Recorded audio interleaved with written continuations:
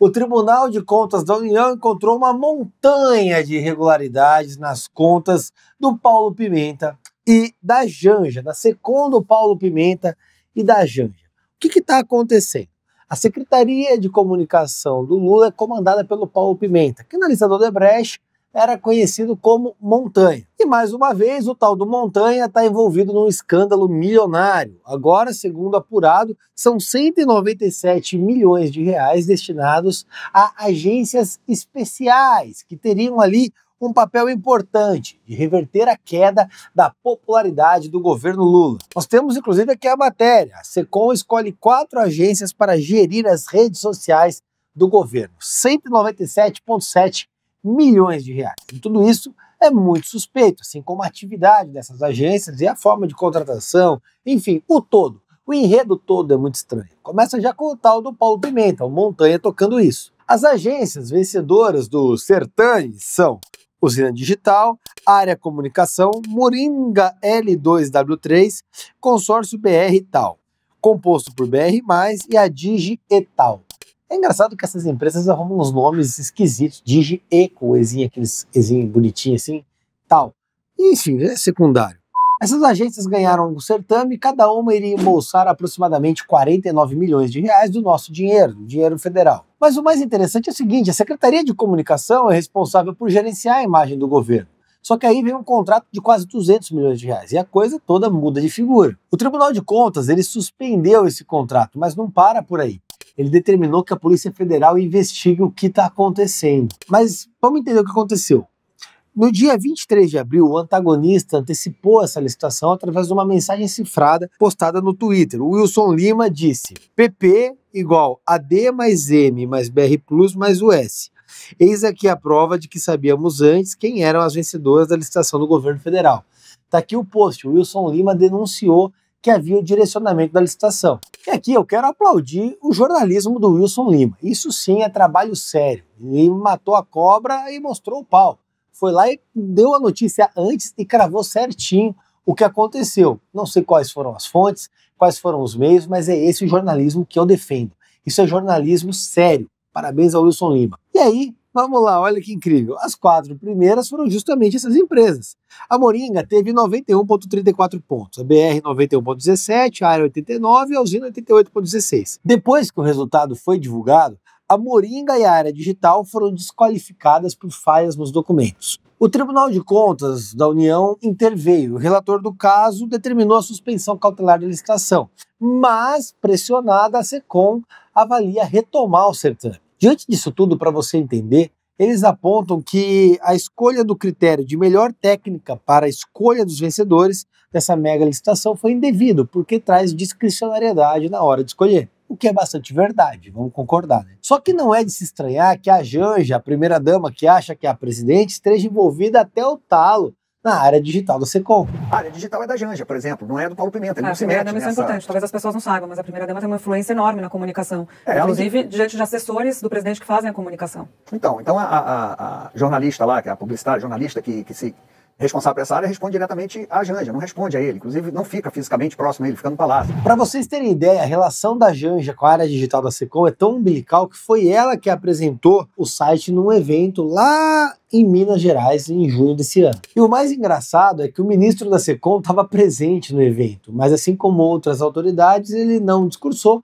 porque a Janja quis falar. A primeira-dama apresentou diversos slides de um site chamado Comunica BR, plataforma do Planalto, que mostra dados do governo federal, o que seria papel do Paulo Pimenta. Ou seja, todo mundo tem que abaixar a cabeça para a primeira-dama, que o primeiro capacho, que é o Lula, faz o que ela quer. E vamos concordar? Usar dinheiro público para bancar um time de defesa pessoal, um gabinete do ódio, é completamente inaceitável. E é isso que a Janja e o governo Lula, através do Paulo Pimenta, tem feito. E o mais interessante disso tudo é o seguinte: as agências que venceram têm ligação direta com Fernando Haddad, da Fazenda, e a presidente nacional do PT, a Narizinho, de Gleisi Hoffmann. Só para você ter uma ideia, a área comunicação, a tal AD, é conhecida por sua associação com o Otávio Antunes, o marqueteiro e ministro da Fazenda de Fernando Haddad. A área comunicação, a tal AD, é diretamente ligada ao Otávio Antunes, que foi o marqueteiro do Haddad, que é o ministro da Fazenda. Já a Usina Digital, ela é ligada a Sidônio Palmeira, que foi o marqueteiro do Lula na última campanha. E já a BR+,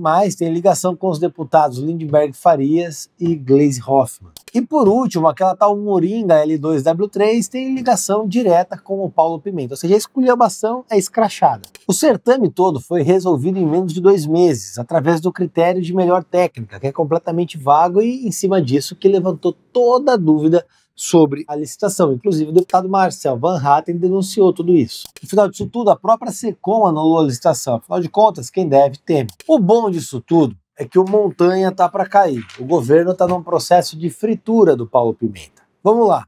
Uma das vencedoras, a tal BR+, fez a comunicação digital da SECOM de uma maneira quarteirizada ao longo de 2023 até o contrato caducar por meio de investigações da CGU. E em outubro desse ano, o Tribunal de Contas deu o prazo de 180 dias para a SECOM controlar os gastos que ela tem com propaganda. E aí, olha que interessante, tá aqui, ó. Segundo uma auditoria realizada pelo tribunal, houve falta de parâmetros objetivos no orçamento das peças publicitárias de gestão do presidente. Ou seja, eles simplesmente fizeram a esculhambação, fizeram peças publicitárias sem qualquer parâmetros, e a gente pagou isso, porque a gente está num governo de aloprados, e eles não estão nem aí para o seu dinheiro, nem para os critérios técnicos ou para a qualidade da própria peça publicitária que eles realizam. E só para você ter uma ideia, em 2023 as despesas com publicidade atingiram o auge de 379 milhões de reais. Isso é maior do que o orçamento da grande maioria das cidades do Brasil. E sabe o que é legal? O Tribunal de Contas apontou que nenhuma das campanhas analisadas continha documentos com indicadores capazes de analisar os resultados de todos os canais contratados para a publicação. Ou seja, eles simplesmente gastaram e acabou. É aquela velha máxima, eles jogam dinheiro para alimentar imprensa, rede de televisão, que depois atua como a Dani Lima defendendo o governo Lula. E aí fica legal, aí vem a cereja do bolo. Ao analisar o SINCOM, o Sistema de Comunicação do Governo do Poder Executivo Federal, verifica-se que ela é signatária, do segundo maior montante gasto, que abrange 450 milhões de reais ao ano, e fica à frente de empresas como a Petrobras e a Caixa Econômica Federal, e atrás apenas do Banco do Brasil. Ou seja, para você entender, o governo Lula gasta mais com publicidade do que empresas. É maravilhoso como o gasto tem que ser absurdo para segurar a popularidade desse infeliz, impopular.